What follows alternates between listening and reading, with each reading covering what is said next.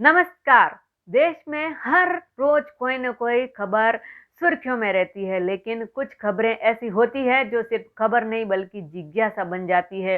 पिछले कुछ दिनों से एक ही नाम सोशल मीडिया से लेकर मंदिर के बाहर तक हर जगह चर्चा में है।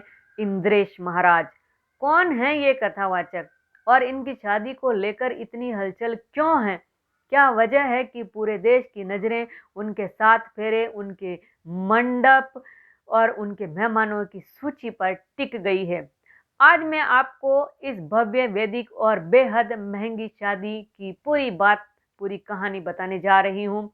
शांति से, धीरे धीरे, जैसे सच को बिना जल्दबाजी के सुना जाता है। 5 दिसंबर 2025 जयपुर का 5 स्टार होटल ताज आमेर।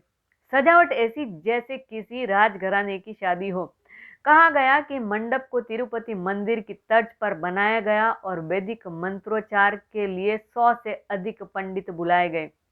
यह सिर्फ एक शादी नहीं थी, यह धार्मिकता, वैभव और भारतीय परंपरा का संगम था। इंद्रेश महाराज वृंदावन के युवा और लोकप्रिय कथावाचक और उनकी जीवन की साथी बनी शिप्रा शर्मा। सीधी, संस्कारी और अपने सरल स्वभाव से पहली ही झलक में दिल जीत लेने वाली।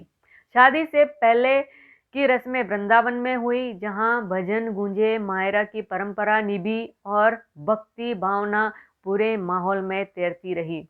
अब बात करते हैं मेहमानों की, क्योंकि इस शादी की भव्यता का बड़ा हिस्सा मेहमानों की सूची ही थी।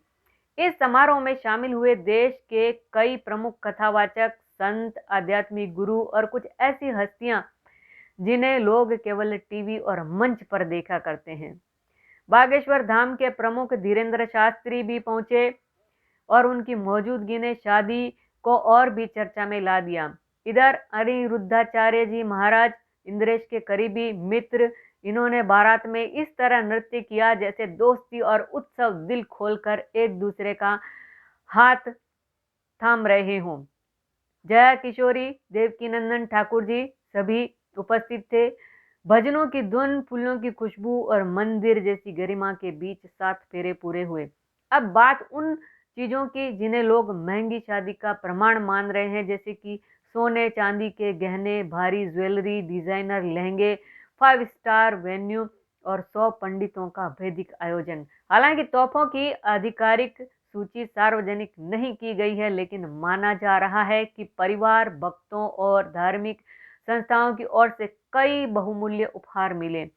इन सबके बीच सबसे ज्यादा चर्चा में रही दुल्हन शिप्रा शर्मा की तस्वीरें, जिन्हें लोगों ने संस्कारी, पारंपरिक और बेहद सादगी भरी बताया। आज शादियां केवल परिवारों का मिलन नहीं बल्कि समाज की उत्सुकता का हिस्सा भी बन गई है। इंद्रेश महाराज की शादी इसलिए सुर्खियों में है क्योंकि यह सिर्फ एक समारोह नहीं, एक वैदिक यात्रा थी जिसमें भक्ति थी, भव्यता थी और लोगों की असीम जिज्ञासा भी। आशा है कि आपको इस पूरी कहानी का साफ, सरल और सच्चा रूप इस वीडियो में मिला होगा। पसंद आए तो लाइक और शेयर कीजिएगा। सब्सक्राइब करके बेल आइकन के बटन को जरूर दबा दीजिएगा। मिलते हैं फिर किसी एक नए वीडियो के साथ, नए टॉपिक के साथ। जय हिंद, जय भारत, नमस्ते।